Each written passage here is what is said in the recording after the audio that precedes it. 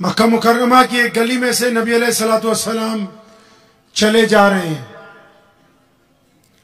ایک غلام رو رہا ہے، چکی پیس رہا ہے. پیارے محمد صلی اللہ علیہ وسلم نے پوچھا رک کے، روتا کیوں ہے؟